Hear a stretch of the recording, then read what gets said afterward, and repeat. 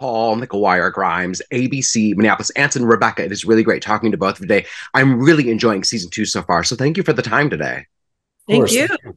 So Now, glad. Rebecca, I want to start with you. As episode two is so phenomenal, and you have this really great line, I shouldn't have to hide anymore. And I'm curious, it's so timely, so relevant. What did it mean to you to get that story, and how did you and the writers kind of work to figure out what the weight of it was going to be? Well, that was the writers who wrote I mean, it's just such a beautifully written episode. And it was such an honor to learn all that dialogue and then get to say it.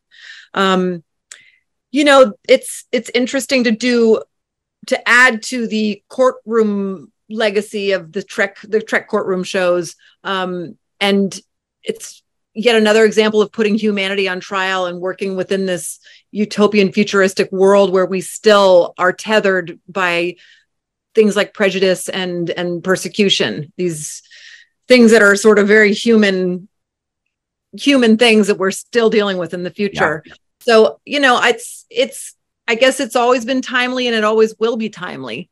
But yes, the takeaway being, I know I can hide, but I shouldn't have to is I think the ultimate takeaway for that episode.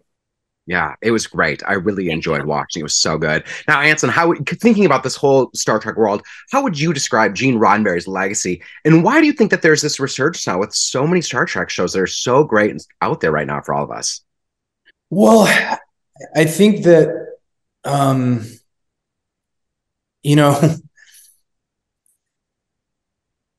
one hand, he said that he was really making a show about the old wagon trains that were headed out west, right? And it's just an extension of that idea. But really, I think that Gene was very smart in the sense that he knew that TV at its best and science fiction at its best operates as a metaphorical platform, right? And he saw issues happening in his day that he felt he could get at and talk about that he couldn't do directly at that time by doing it in science fiction. And we certainly have situations like that today, which is why it remains timeless. And I think that, speaking to episode 202, what's particular about that is that I think Gene also realized that we are a tribal species, and we tend to define our tribe by who's in the other tribe, right? As humans, which in our world means all sentient species, but there are very real things being talked about and that's been true of storytelling for time immemorial. But I think that this particular show hits that groovy spot better than most. Yeah, for sure. I love it. Now, Rebecca, I want to go back to you. You have another really great line in episode 4. Everyone deserves joy in their life. How do you, Rebecca, find joy in some of those darker days that we all have? Me personally? Yeah, sure. I mean, you have a beautiful dog next to you. That was so you saw her. Yeah, I was about to say, I mean, right now I'm surrounded by my dogs and cats. I find a lot of joy among them, my children, my girls who are 14 and turning into such lovely young women, even though they give me a headache just as often. But they're about to be high school freshmen. I just can't believe how the time has passed. And I find joy in work. I'm so thrilled that I have this opportunity to work on this show. It's just a pinch me moment all the time, working with Anson and the rest of the cast on Strange New Worlds. Here's another one. Here's Holiday. Yes. That's how I find my joy, Yeah, for sure. Our daughter's just turned 1, and the fact that she's growing up so fast, I totally relate. I got the wrap. It's been great talking about you. Thank you so much for the time today. I truly appreciate it. Paul, McGuire, Grimes, ABC, Minneapolis, Jess, Ethan, it is really great talking to both of you today. I'm really loving season 2, so thank you for the time today. Yeah, you're welcome. Is that all DVDs behind you? Yes, it's a really huge movie collection of ours. Yeah. Wow, that's so cool. Thank you. Ethan, I want to start with you. Whether it's your family name or the notion that you're playing Spock, this comes with legacy and expectations. How have you managed to kind of stay true to your authentic voice and stay true to yourself throughout all of this? I honestly don't know. It's so, like, even now, to be considering in my own mind myself with, with Spock sort of combined with this crazy entity that has existed for, 50 years or 55 years, whatever it is, 45, doesn't matter. It's so surreal. And, I think I have great friends and family, and they remind me of who I am. And I'm really invested in knowing myself. I think one of the qualities that makes me suitable for Spock, because he really, I believe, wants to achieve mastery of self. And so I think these things sort of make it tenable. Yeah, mastery of self. That is philosophical and a lifelong journey. That is for sure. Jess, go back to the beginning. Describe that pinch me moment when you realized I'm now in the Star Trek world. Oh, it was wild because the casting process was all done digitally because we were in the middle of COVID. So I didn't meet anyone until I got to set. Except for me. Except for you. I met Ethan at the airport on the way in. That was cool. God, random like, timing. Stick with me, kid. I'll show you how it goes. And I was like, oh my God. I think the moment, I mean, it continuously happens. Like even like every day in season 2, I'd be standing there with a hyperspray in my hand and a glowing white jumpsuit in a giant AR wall set and be like, holy shit, this is still happening. What? Like it doesn't ever get like, it never feels like a day in the office. It's always crazy. It's always more. I love hearing that because then you're not taking anything for granted, and I think it helps you stay present in the moment. Ethan, in this culture of like multiverses and alternate timelines, would you ever want to play opposite Zachary Quinto as Spock, or would that be too weird? And what would the two of them say to each other? Whoa, that's a crazy question. Would I want to? I don't know. I think I'd be really nervous too. I'd be thinking about like, does he like my Spock? Like, what does he think of my Spock? Because he's been with the character so much longer than I have. Mm-hmm. But I guess it would be fun. Ultimately, it'd be something like really exciting and challenging. And what would they say to each other? I don't know. Like, you're very logical, or you're very human, something like that. Right. I love it. Jess, how would you describe Gene Roddenberry's legacy, and why do you think that there's this resurgence right now with all these really great Star Trek shows on Paramount Plus? Describe his legacy? Yeah. Like what stands out to you all these years later? I've been thinking about this a lot recently, and I think the reason that Star Trek has been, and this is just an opinion, I'm not saying this is fact, but this is just how I feel, is that sci-fi is so important. Sci-fi is so influential, and it's such a great tool for us understanding what we want and what we don't want as humanity evolves. And I think the reason that Star Trek has been maybe more influential culturally than others is that it doesn't play on our fears. It plays on what we actually truly desire at our core for the future. And I think that is his legacy, is creating a sci-fi that imagines what we desire. Yeah. And that to me is like much more inspiring for change than fear. Yeah. And that to me is like much more inspiring for change than fear. Ooh. Oh, I got the rap. There's so much I could keep asking both of you about. These are great. Thank you for the time today. I really, truly appreciate it. I hope everyone enjoys season 2 as much as I have. So thank you. Thanks so much, Paul. Now, Celia, I do want to start with you. When did you have that pinch me moment that you are in the Star Trek world now? I have it every day. When I walk to my like in-home gym and pass the poster of me looking very feverishly over my shoulder, it never ends, that feeling of like, I'm a part of this global franchise that is so beloved by billions of people. And there was one specific day when we were shooting, I believe we were shooting season 1. It was fairly early. And where I'm placed on the bridge, the only person really in my peripheral is Spock, Ethan Peck. And on my first, I think it was one of my first or second days we were on the bridge, I sort of turned to him and I'm like, we're on Star Trek. Like, we're not, we are on Star Trek. And he looks at me and he's like, yep. And to work. So it that feeling of like awestruck pinch me never goes away. And I don't think it ever will, especially when this franchise is massive. It is so much bigger than me. And in order to be able to take all of that in, I would have to be far removed, and I'm way too close to it to see all of it at once. Yeah, absolutely. I love that. Now, Christina, you've been playing this character for a couple of years now. What has been the most just rewarding part of this whole experience?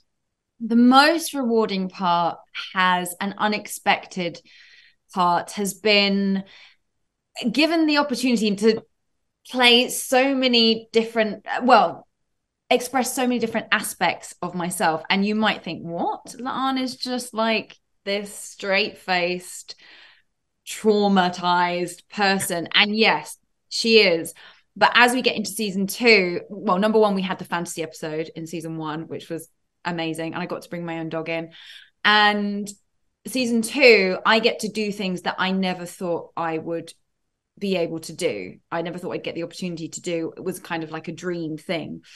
Can't say what that is, but one of my dream things. So I've got to mask it somehow. They didn't give us a spoiler list, so like I don't know like how much we could talk about specific aspects or anything like that, because I don't want it to ruin it for fans. No, I'm not going to ruin it. Don't worry. But yeah, one of the biggest surprises is that, but also the fact that it's just such a big family. You like that I was just talking about this moment with George Takei at a convention I went to with this weekend it was FedCon in Germany, and the moment when he came on stage and the whole stadium just stood up and clapped, and I was like, oh my goodness, George Takei, I'm in the original series, he's Asian, I'm Asian, and it was just a real moment of I can't believe I'm part of this legacy. Right. I think that's amazing. And it just shows how important the show has been ever since it was created, and the lengths that Gene went to make it a reality. Now, Celia, you get to play Uhura, which is such an amazing character. Did you ever get to meet the great Nichelle Nichols? And in this world of kind of multiverses, alternate timelines, would you ever want to play opposite Zoe Saldana's Uhura? I'll answer your question in the parts it was delivered to me. I unfortunately did not get an opportunity to meet Nichelle. We had plans in place, but the universe did as the universe does and decided to go another way. And so I have the pleasure to get to know her through recountings of her from friends and fans and family. And while that may not be exactly like getting to meet her firsthand, her warmth and her impact on people is so clearly telegraphed through what I hear about her and just what I get to witness because of the lovely internet that we now have access to. And yeah, it means a lot to me to have as much information about her available to me as possible.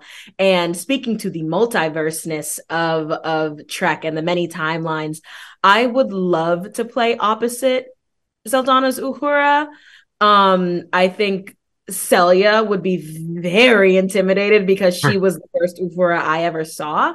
And so to play opposite her in any iteration would kind of be like, I don't know. It's like it's like doing an impression of your parents right in front of them. It's like I don't know if I could really, as an actor, I'd find my way around it, but I think those first initial moments would be sort of difficult for me just because I look up to her and appreciate her so much. But I would love to play opposite her if the universe deems it appropriate. Yeah, I love it. That's amazing. I got the wrap. It's been great talking to you. Sally, my husband and I are both fans of your mom, too. So speaking of impressions of your parents, I wanted to tell you, too, she's phenomenal Broadway talent. So thank you for that, too. Thank you. Have a good day, you guys. Bye. Michael Wire Grimes, ABC Minneapolis. Melissa Babs, it was really great talking to both of you today. I'm really having fun with season 2. So thank you for the time today. Absolutely. Our pleasure. Yeah. Now, Babs, I want to start with you. When did you have that pinch me moment realizing that you're in the Star Trek world now? I mean, probably when I was in the costume room, like, with the uniform on and like looking at myself before I went to show the costume designers what it looked like on me. I was like, this is crazy. This is I love it. I mean, crazy. costumes are important, so I bet that would feel like, okay, this is actually real now. Absolutely. Absolutely. Melissa, what was your pinch me moment back when you first started this whole thing? Oh goodness, I think it was. I mean, there was just so many of them, but I definitely think sitting on the bridge and having everybody, everybody there. And then I've spoken about this before, but it was definitely like, I'm like, this is happening. It was Anson sitting behind me in the captain's chair and going, Melissa, have you ever seen Galaxy Quest? And then me turning around going, yes, I only think about it every day, as the pilot. So it just, all of us just constantly being like, we're doing Star Trek, and then having to do our jobs and what we do so well, but being part of this world that is established and also still doing new things all the time. So definitely, I think it's still a pinch me moment. It always will be, and I hope that keeps me grounded forever. It absolutely will. But yeah, it's never going to get old, and that's okay. I love you. That's a really great response. I love that. Melissa, I'm curious in this world of like, well, just like I said, Melissa.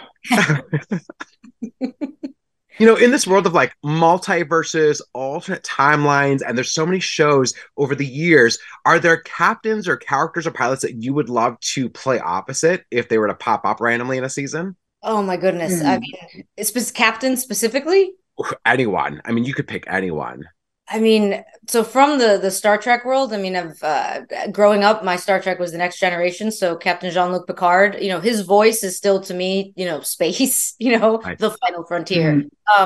But in general, just like, amazing people who have been in these worlds that have like defined our childhoods, like Harrison Ford as Indiana Jones, is for me pivotal. Like, I think it really cemented for me that I wanted to grow up and, be an actor and kind of also be Indiana Jones. And I thought he was really handsome, but also I can be Indiana Jones. Like, that really sums up like my life. And also I think a bit of Ortega's. So Right.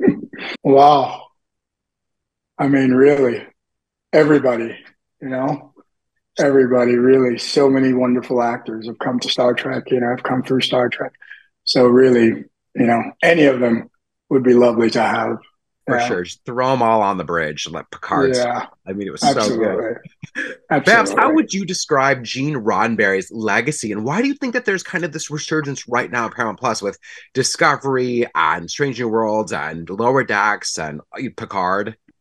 I wouldn't call it a resurgence. I think our show brings something different and special and familiar to Star Trek.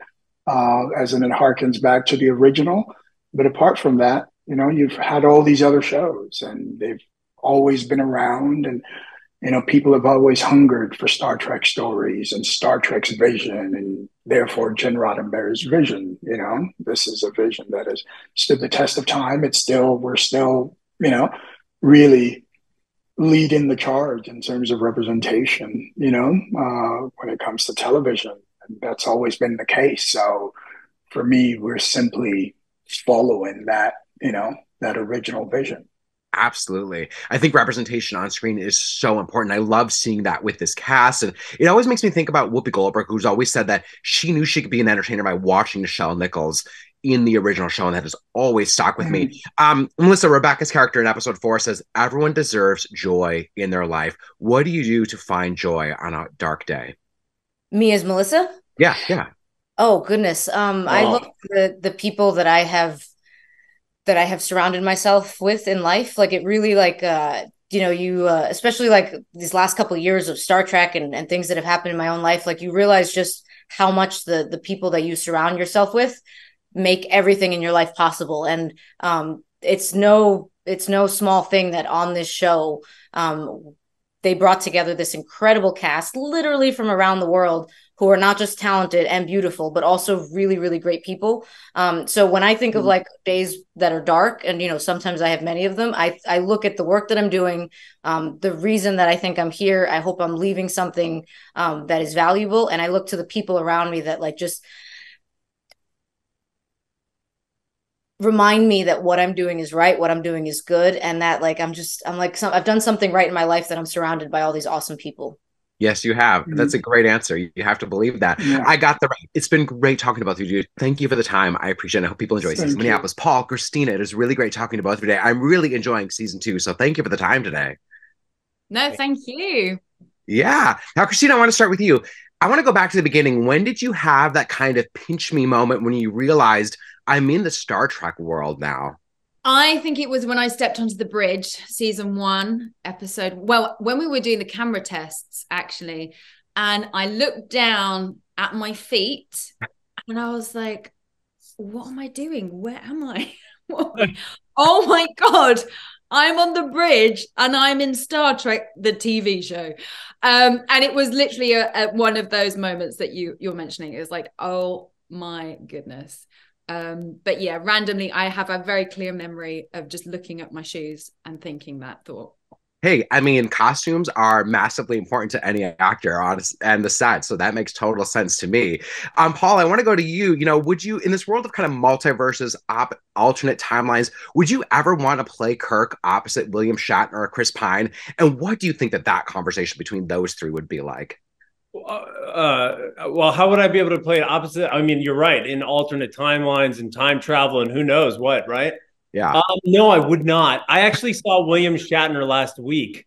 And I'm just so intimidated around him. I saw him at this like Comic-Con thing and I was like stumbling and mumbling. I was just like, oh my God, I always make a fool out of myself in front of this guy. I don't want to do it in front of a camera. Right.